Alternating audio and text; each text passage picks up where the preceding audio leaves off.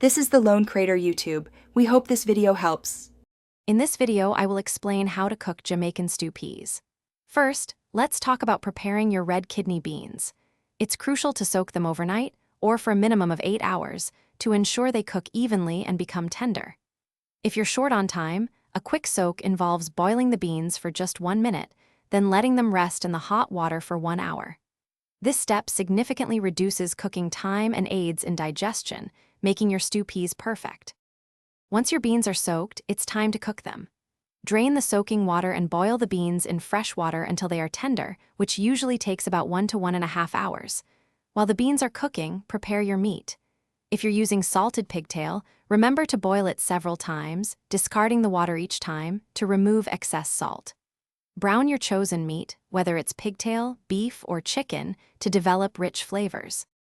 Now let's build the flavorful base of your stew.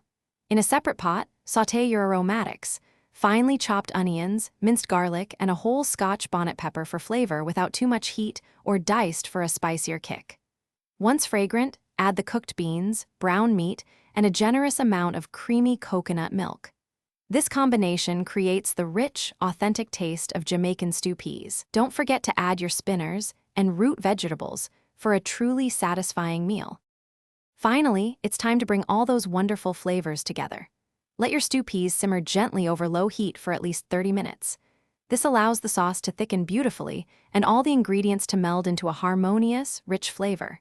Taste and adjust your seasonings, adding salt, black pepper, and perhaps a touch of allspice or thyme. Serve your piping hot Jamaican stew peas with fluffy white rice for a truly authentic and comforting Caribbean experience. Enjoy! Thanks for watching. Consider subscribing if we helped you.